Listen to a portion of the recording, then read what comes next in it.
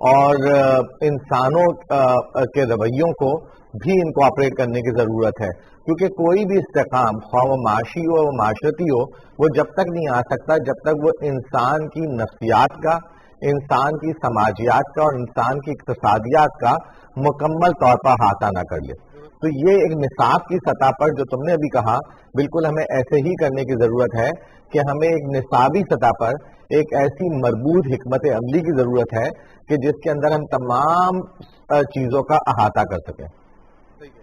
سر اچھا، اس کے ساتھ ساتھ یہ بتائیے گا کہ یہ آپ نے بتا دیا کہ ہمیں کرنا ہے، لیکن ہم نے کرنا کہاں سے ہے، کس لیول سے؟ وہی میرا سوال تھا کہ ہم لوگ اس کو اسکول لیول پر بچوں کو بتانا شروع کریں اپنے ڈیلی لیکچرز میں، یا کالج لیول پر لے کر جائیں، یا ہفتہ وار اس کے لیکچرز ہونے چاہیے، یا یونیورسٹی لیول پر یہ تاکہ بچے تھوڑے سے میچور ہو جائیں، ان کو یہ سمجھ آ جائے جب وہ نوکریوں کے لیے نکلتے ہیں باہر تب ان کو یہ سمجھ ہونی چاہیے کہ آپ نے کون سا جو ہے وہ رائٹ ڈائریکشن ہے، کون سی رانگ ڈائریکشن ہے.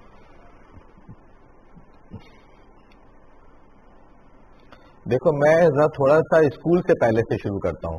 اگر تم یہ دیکھو کہ ہمارے آس پاس دیکھو تو ہمارے بچوں میں کوئی بھی تفریق نہیں ہوتی کہ کون کالا ہے، کون گورا ہے، کون سی زبان بولتا ہے، کون سی زبان نہیں بولتا. وہ ایک دوسرے کے ساتھ مسکراہٹ کے اندر اور ایک دوسرے کے ساتھ میل ملاپ میں جو ہے وہ پہل کرتے ہیں اور باقاعدہ دوستی میں پہل کرتے ہیں. رویہ وہاں پہ خراب ہونا شروع ہوتا ہے جب ہماری خاندان کی سطح پر یعنی فیملی کی سطح پر ہم لوگ ایک ازدیت کو یا ایک لسانیت کو جنم دینا شروع کر دیتے ہیں.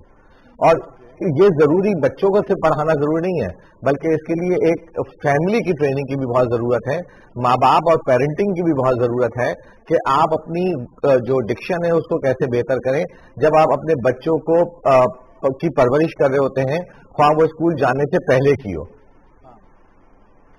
صحیح، یہ بیسک لیول پہ بہت ضروری ہے. اچھا سر، ہم ایک ٹیبو کے ساتھ زندگی گزار رہے ہیں کہ بہت سے ٹاپکس کو ہم لیبل کر دیتے ہیں ایز سینسیٹیو ٹاپک، ہم اس پہ بات نہیں کرتے، اس کو جامعات میں بھی اوائڈ کیا جاتا ہے، اکثر معاشرے میں بھی ان پہ بات نہیں ہوتی. ہم ان ٹیبوز کو کیسے ختم کریں، مکالمے اور دلیل کے کلچر کو کیسے فروغ دیں کہ بات بھی کرنی ہے اور بات دلیل کے ساتھ کرنی ہے، اونچی آواز کسی بات کے ٹھیک ہونے کا یا اس کے درست ہونے کی دلیل نہیں ہو سکتی.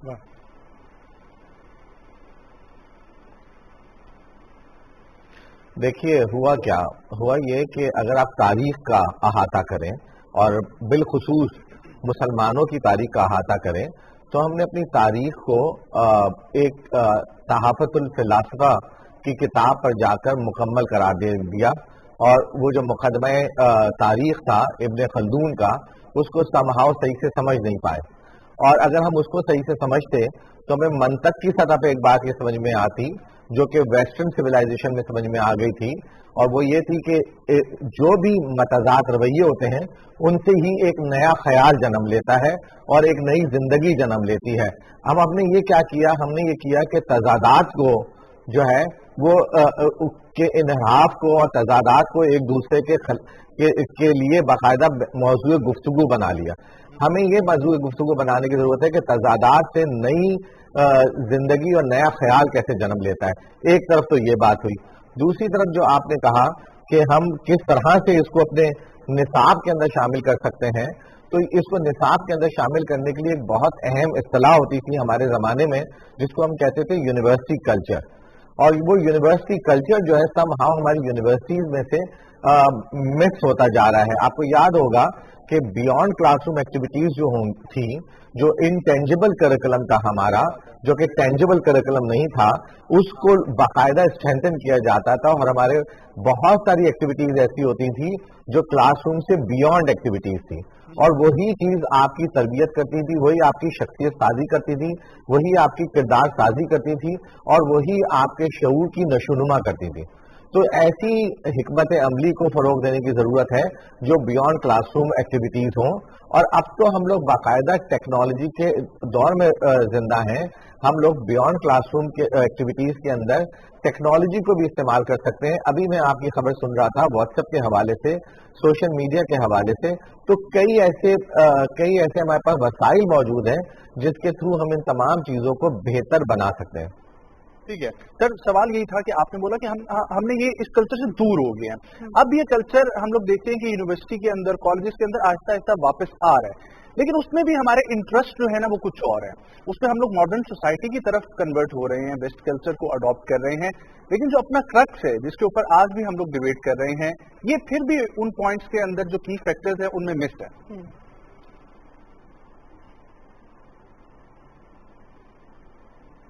دیکھیے, شناخت کا تعلق قطعی طور پر, جیسے آئیڈینٹیفائی کرنا چاہتے ہیں اپنے آپ کو, سیلف آئیڈینٹی کا تعلق قطعی طور پہ اس بات پہ نہیں ہے کہ آپ نئے خیالات کو نہ سیکھیں اور نئے رویوں کو نہ اپنائیں. خیالات کا تعلق یہ ہے کہ جو بھی روایت, جس قسم کی بھی روایت اگر آپ کو آگے بڑھنے سے روک رہی ہے اور ترقی کرنے سے روک رہی ہے, تو وہ روایت جو ہے وہ ایک بوسیدہ روایت ہوتی ہے, اس کا ختم ہو جانا ہی بہتر ہوتا ہے اس معاشرے کے لیے. لیکن روایات جو ہیں وہ باقاعدہ آپ کو شناخت بھی دیتی ہیں, تو ایسی روایات جو آپ کی شناخت کی علامات ہیں ان کو باقاعدہ ہمیں پرزرو کرنا چاہیے اور ان کو فروغ دینا چاہیے. سر, شناخت کے ساتھ ساتھ ایک اور چیز جس کا آپ نے پہلے بھی ذکر کیا وہ بھی ہماری شناخت تھی. ڈیبیٹنگ سوسائٹیز ہوا کرتی تھی, ڈرامہ کلب ہوا کرتے تھے یونیورسٹیز میں, بچوں کو اپنی صلاحیتوں کو یوٹیلائز کرنے کا موقع ملتا تھا. کیا آج کے دور میں پلیٹ فارمز کی کمی ہے کہ وہ اپنی ایبلٹیز کو یوٹیلائز کر سکیں؟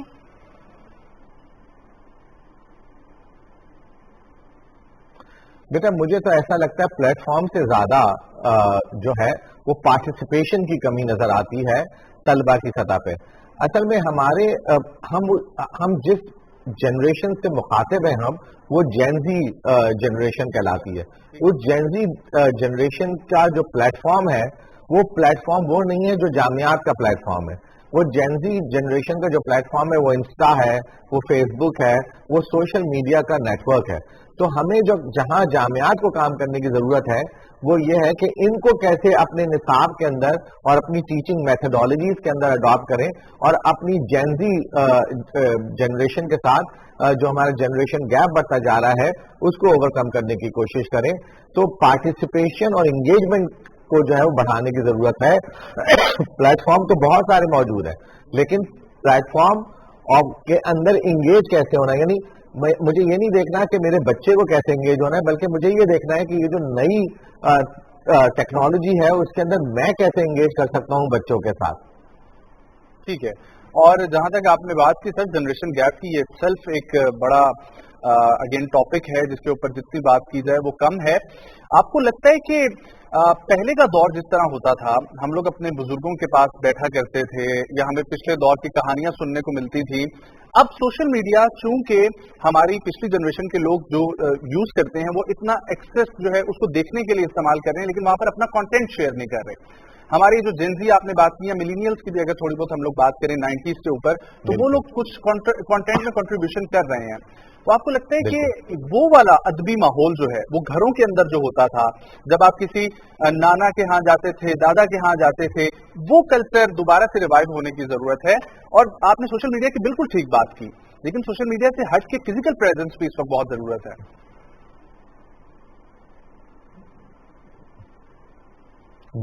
دونوں چیزیں ایک توازن کے ساتھ اور ایک اعتدال کے ساتھ ہمیشہ ضروری رہیں گی کہ نئی جدت جو آ رہی ہے اس کو کیسے اڈاپٹ کرنا ہے اور پرانی روایت کو کیسے فروغ دینا ہے, یہ ہمیشہ رہے گا. تم نے جو بہت اچھی بات کی وہ یہ بات کی کہ کانٹینٹ ڈیولپ کرنے کی ضرورت ہے, بچوں کو انگیج کرنے کی ضرورت ہے. آج ہمارے نانا دادا کیوں ان کے ساتھ کمیونیکیٹ نہیں کر پا رہے ہیں ہمارے بچوں کے ساتھ, کیونکہ ہمارے بچوں کی زبان اور ہمارے بچوں کی گفتار اور ہمارے بچوں کے رویے جو ہیں وہ ٹیکنالوجی کی طرف بالکل ہی چلے گئے ہیں. وہ فزیکل پریزنس اور فزیکل پراکسیمٹی کی طرف سے نکلتے جا رہے ہیں. تو یہ ایک دنیا ہے جس دنیا کو ہمیں باقاعدہ اڈاپٹ کرنے کی ضرورت ہے, ہمارے ملینیلز کو بھی, جینزی کو بھی, اور ہم جیسے بزرگ لوگ کو بھی جن کا نہ تعلق ملینیل سے نہ جینزی سے. کیا سوشل میڈیا کی جو دنیا ہے اس کو ریگولیٹ کیا جا سکتا ہے؟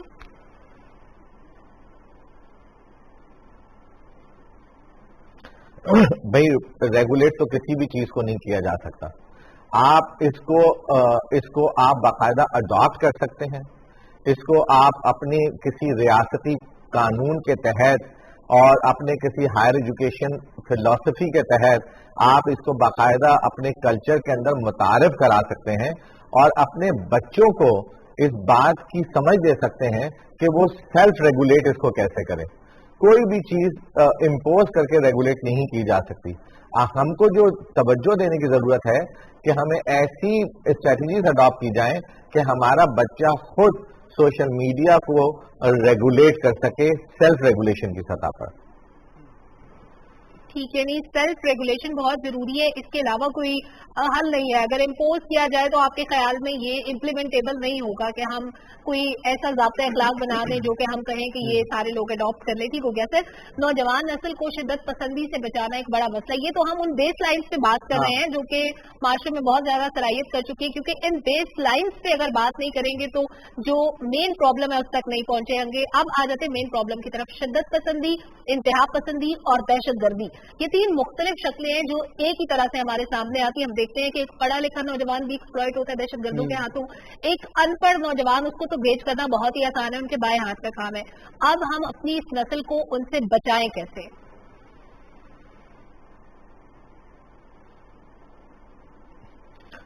دیکھیے, وہ آپ کی نسل کو بتانے کی کیا کوشش کر رہے ہیں اس کو سمجھیے, اور ہمیں اسی نریٹو کو کاؤنٹر کرنا پڑے گا. وہ آپ کی نسل کو بتانے کی کوشش یہ کر رہے ہیں کہ اگر آپ کو لافانیت حاصل کرنی ہے, امورٹیلٹی حاصل کرنی ہے, تو آپ تشدد کی طرف پر آمادہ ہو جائیں. لیکن اگر آپ اپنے اسوائے حسنہ کو دیکھیں, حضرت صلی اللہ علیہ وسلم کی سیرت النبی کو دیکھیں, تو آپ کو نظر آئے گا کہ حضرت صلی اللہ علیہ وسلم کی جو ابتدائی زندگی ہے, جو رسالت سے پہلے کی زندگی اور پھر جو رسالت کے بعد کی زندگی ہے, اگر ہم کسی طریقے سے اس کو باقاعدہ روشناس کرائیں اور اپنے بچوں کو دوبارہ سے اس زندگی کے بارے میں بتانے کی کوشش کریں, تو مجھے بڑا قوی امکان ہے کہ ہمارے بچے اس کی طرف راغب ہوں گے. کیونکہ انہوں نے آپ کی قدامت پسندی کو, نہ سوچنے والی روش کو ہی ایکچولی ہٹ کیا ہے. اور آپ کو جو ہٹ کرنا ہے وہ ہٹ یہ کرنا ہے کہ ہمارے نبی کے جو افکار تھے, ہماری نبی کی جو اسوائے حسنہ تھی, وہ کیسے اس سنت کی سطح پہ ہمیں اڈاپٹ کرنے کی ضرورت ہے. میں نے ابھی پچھلے دنوں ایک پروگرام میں میرے جانے کا اتفاق ہوا, تو مجھے بہت اچھا ایک لگا کہ پاکستان کی سطح پہ, ریاستی سطح پہ بہت تمام مدارس سے ایک باقاعدہ ایک پیغام جس کا نام ہے پیغام پاکستان کے نام سے پاس کیا ہے, جس کے اندر تمام مدارس اور تمام جامعات کا ایک باقاعدہ یہ پروگرام ہے جس کو پیغام پاکستان کہتے ہیں. اور انہوں نے بہت سارے اس کے اندر جو ہے چیزیں انکارپوریٹ کی ہیں. تو اگر آپ لوگ کا بھی اس کی طرف دھیان ہو تو اس پہ بھی پروگرام کیجئے.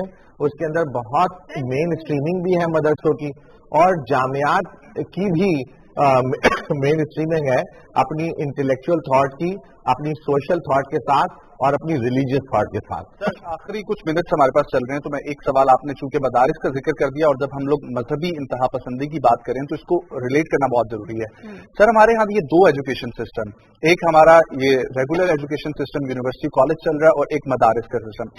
آپ کو نہیں لگتا کہ ان دونوں بچوں کے درمیان گیپ ہے, اور ان دونوں کی انٹریکٹیویٹیز بھی ہونی چاہیے؟ اسلامک اسکالرز ان کو لیکچرز دیں, یا دوسری طرف سے ہم لوگ جن کو موٹیویشنل اسپیکر بولتے ہیں وہی لیکچرز دیں, لیکن ان دونوں بچوں کی آپس میں انٹریکٹیویٹی ہو.